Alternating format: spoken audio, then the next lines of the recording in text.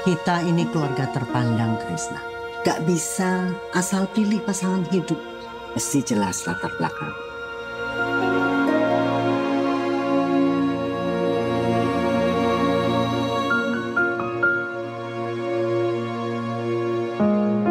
Datang di gala premier Lagu Cinta Untuk Mama. Boleh Kak di-spill hashtagnya bahwa setiap ibu menginginkan yang terbaik untuk anaknya.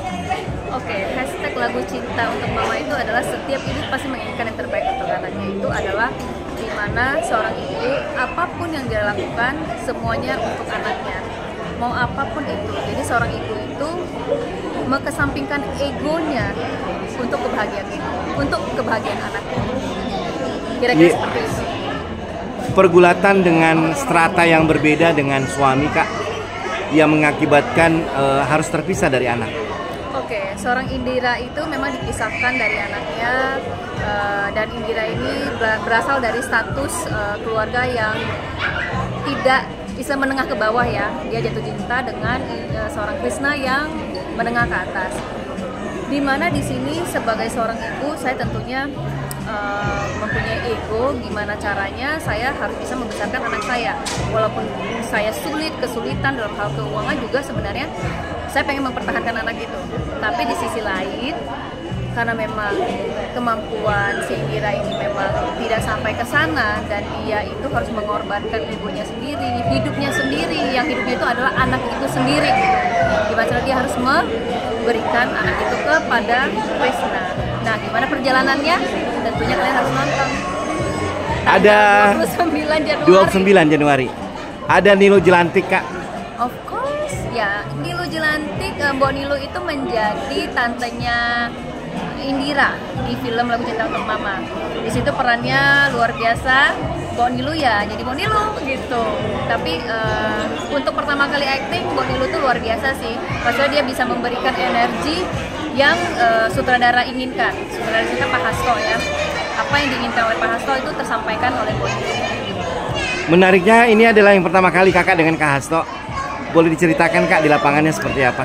Pak Hasto itu karena saya baru pertama, Pak Hasto itu memang orang itu halus banget ya cara penyampaian apa yang dia inginkan. Terus pada saat memberikan energi kepada pemain itu tidak dengan marah-marah ataupun dengan teriakan, tapi dia mendatangi talentnya, dia akan ngomong, dia akan membisikkan kira-kira seperti ini ya Jenny, kira-kira seperti ini ya Indira, dan senang sekali saya bisa bekerja sama dengan seorang Pak Hasto.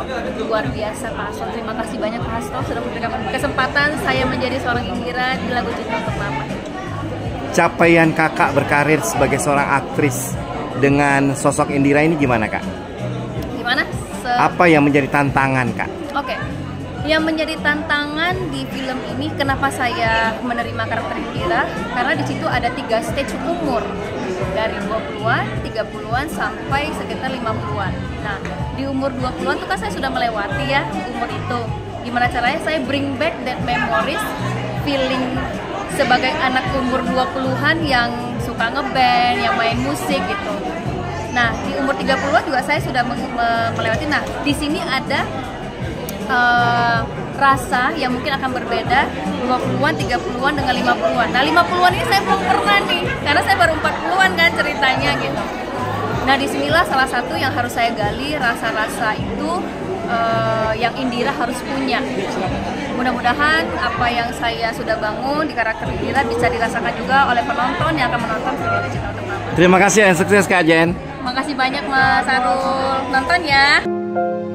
Ma, tolong Ma, saya sangat mencintai Indira, Ma. Indira itu tidak pantas menjadi pendamping.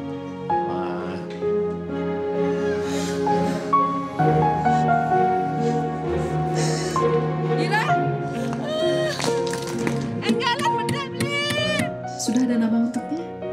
Film Indonesia, ketemu lagi sama saya Rizky Anggono kali ini di film Lagu Cinta Untuk Mama. Jadi kita mau ngobrol-ngobrol tentang apa? Tentang Krisna dengan persoalan strata yang berbeda dengan Indira. Klasik dan sering terjadi bukan? Betul. Apa yang mau Anda bahas? Ada di situ stigma ya, Yes, akan profesi penyanyi malam. Ya. Boleh diceritakan nggak? Ya, mungkin ini hanya terkait dengan pola pikir sekelompok orang yang sudah berada di status ekonomi sosial tertentu gitu ya. Dan gue pikir ini sangat nyata dan sering terjadi di luar sana. Cuman mungkin pengekspresian dari seorang tua ke pasangan anaknya itu yang mungkin berbeda-beda. Nah, di film ini tampilkan secara lugas dan gamblang. Ya tidak dipungkiri juga pasti mengejar efek dramatisasinya. Nah, tinggal menariknya adalah pengembangan bagaimana penerimaan dari Indira maupun Krisna ke depannya nanti terkait dengan sikap lugas ibunya terhadap profesi Indira. Karena cinta tidak memilih, akhirnya juga lahir anak kan? Itu juga sering terjadi bahwa cinta yang tidak terkendali ya, atas nama perasaan dan lain-lain, situasi tak terduga suka muncul. Salah satunya adalah anak yang tiba-tiba muncul. Cuman sering terjadi juga di sini bahwa, kita fokus ke Krisna aja ya, bahwa di saat dia pikir semua akan berjalan sesuai keinginan dia, terlepas dari penolakan ibunya, ternyata ibunya se-strict itu, dan dia harus terpisah di kondisi di mana ternyata Indira sedang mengandung anaknya. Dan ini yang nggak Krisna ketahui, sampai akhirnya ketemu baru muncul lagi pergolakan baru. Akhirnya your mom menerima Indira, itu yang menarik. Nah, apa yang lu lakuin? sebenarnya ada proses panjang ya sampai akhirnya ada penerimaan, karena setelah Indira pergi, Krisna pasti harus menjalani kehidupan yang telah dipilihkan oleh ibunya pada dia, termasuk harus membangun kembali kehidupannya, membangun kembali rasa cintanya, yang lagi-lagi tidak terlepas dari problematika dan kejutan yang mungkin Krisna lagi-lagi drop. Tapi kemudian ketika Indira balik lagi ke kehidupan Krisna dengan tadinya ada sosok anak, ada dua pertentangan, apakah pasangan gue sekarang harus gue apain? Bagaimana sikap pasangan sekarang? Dan kedua, ada anak di situ bang. Dan gue rasa mungkin ada di antara kita yang pernah relate bahwa walaupun gue gak pernah ketemu anak gue, tapi ketika kenyataan bahwa gue punya anak, terus bagian tanggung jawab gue harus involve anak gue. Nah itu nanti ada konflik-konflik juga di situ yang cukup stres sih gue maininnya, dan mudah-mudahan itu juga bisa diterima sama teman-teman semua yang nonton. Dan sampai ibunya nerima pun gue rasa mudah-mudahan bisa tampilkan di sini proses panjang sampai akhirnya kenapa ibunya bisa terima dan gak cuma semata-mata oh ini cucu gue gitu aja. Dan semua yang tadi dibilang di awal bahwa persepsi gue tentang ini tidak bisa terlupakan cuma karena cucu, itu nanti harus nah terakhir, point of view kenapa penonton harus menyaksikan film ini bro? Oke, Ferdiran, kalau ngobrol soal ibu anak nanti ada Jenny dan yang lain ngobrol ya. Betul. Kalau gue di sini mungkin mewakili sosok ayah laki-laki di luar sana yang mungkin nggak bisa involve setiap saat dengan anaknya, terpisah oleh keadaan, terpisah oleh jarak. Tapi itu bukan berarti lo nggak bisa menunjukkan kasih sayang lo, ketulusan lo. Di luar sana lo bisa mengejar pengakuan dan penerimaan dari semua orang, tapi pada akhirnya ketika anak lo bisa melihat lo orang yang pantang menyerah dan lo tulus mengasihi mereka, pengakuan mereka, dan mereka lihat lo sebagai teladan, itu yang paling utama dan mengalahkan semua yang lo kejar sendiri ini. Asik. Tayang kapan abang? Oke, teman-teman demi film Indonesia, jangan lupa nonton film Lagu Cinta Untuk Mama yang akan tayang mulai tanggal 29 Januari 2025. Terima kasih banyak, sampai ketemu bioskop. Kayla Saraswati. Sebuah lagu dengan judul Lagu Cinta Untuk Mama. Indira telah mengandung cucu kita. Gak akan pernah jadi cucu kita. Saya tahu apa yang harus saya lakukan. Pahit dan pilu, jika mampu aku sendiri. Iya kan di sini bersama dengan Krisna. Karena ada stigma pekerjaan di dunia malam ya kan. Boleh disampaikan Kak? Kalau Ibu Gayatri tidak salah juga ya sebagai ibu ya. Biasanya kita mengenal bobot bibit bebek begitu kan. Tetapi kalau di satu sisi juga, kok kayaknya Ibu Gayatri egois banget ya. Tidak berpihak kepada perasaan anaknya. Tapi in the end, Ibu Gayatri menjadi orang yang sangat bijaksana, menerima dan dia merenung terhadap keegoisannya dia, dan dia memaafkan dirinya sendiri, kemudian dia merangkul semuanya supaya Ibu Gayatri dapat karangan bunga dari siapa? dari anakku. Boleh diceritakan Kak, bagaimana mengenal Riana? Riana kan sudah mewakili Indonesia di pentas dunia. Saya tidak tahu, mungkin harus bertanya sama Adinda, anakku Riana ini. Tidak tahu, kita tidak banyak bicara satu sama lain ya. Ketemu juga pada saat beberapa premier film, tapi I don't know like. You wanna say something, Riana? Untuk Ibu Gayatri? Ya walaupun kita mungkin jarang bertemu karena terbatas kerja. Thank you. Support dia luar biasa, total support supportnya buat kami juga sih. Terima kasih. Terima kasih. Thanks both of you. Kalau kita meminta pada Dewata, apakah doa kita dikabulkan? Pastilah, Lat. Doa yang baik pasti akan dikabulkan Dewata. Doain.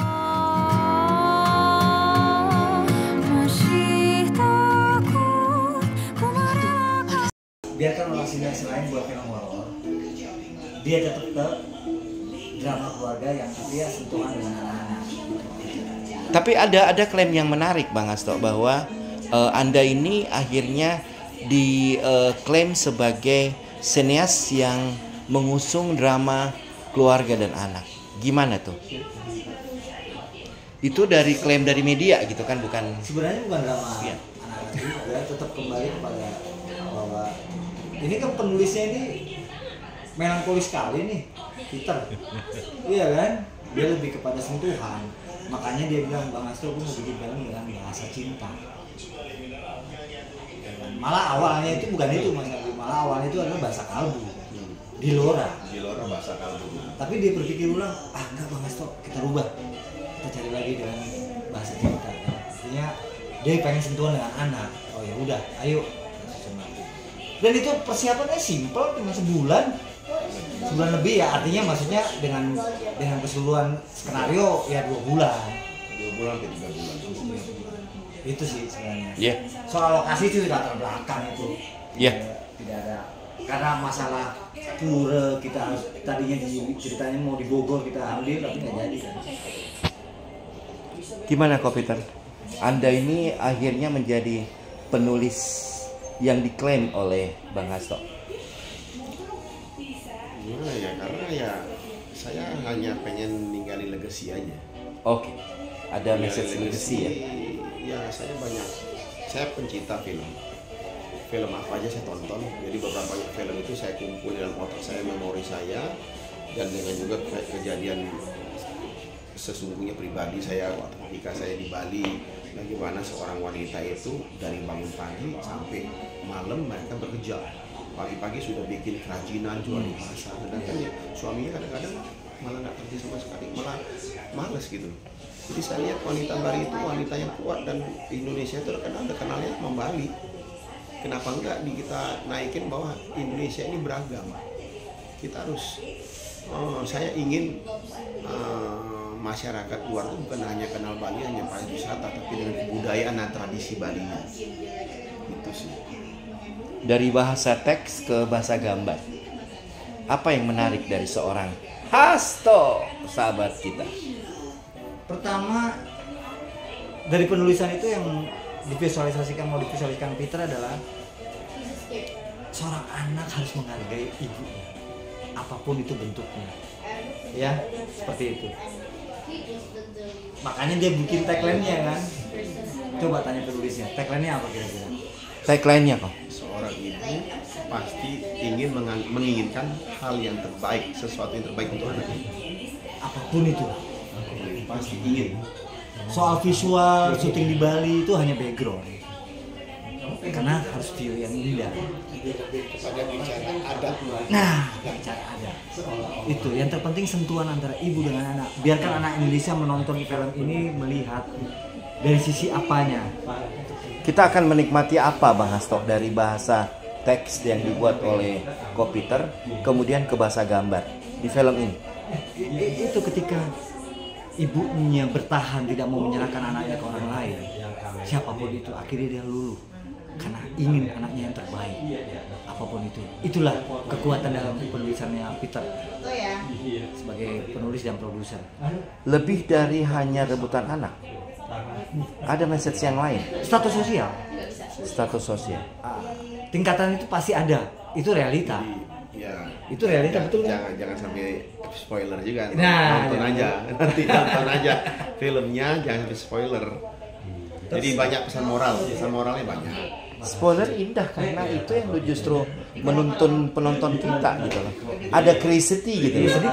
Kenapa saya harus menonton film ini? Tujuan saya itu bagaimana nanti ketika nonton film ini anak-anak itu memulai dengan ketika hari ulang tahun ibunya atau ketika hari ibu dia mengeluarkan satu ember baskom dan mencuci kaki ibunya. Itu.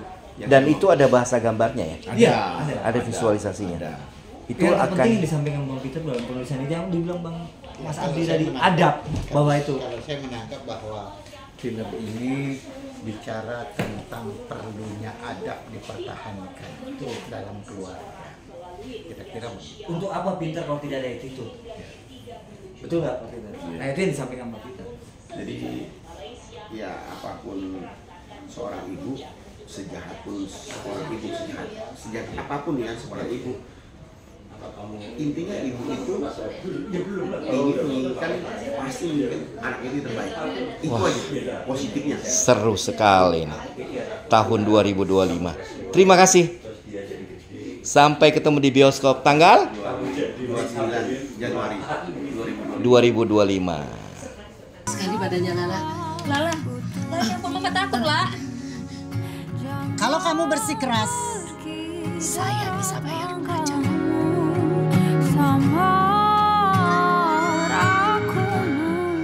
Saya hanya punya Lala di hidup saya.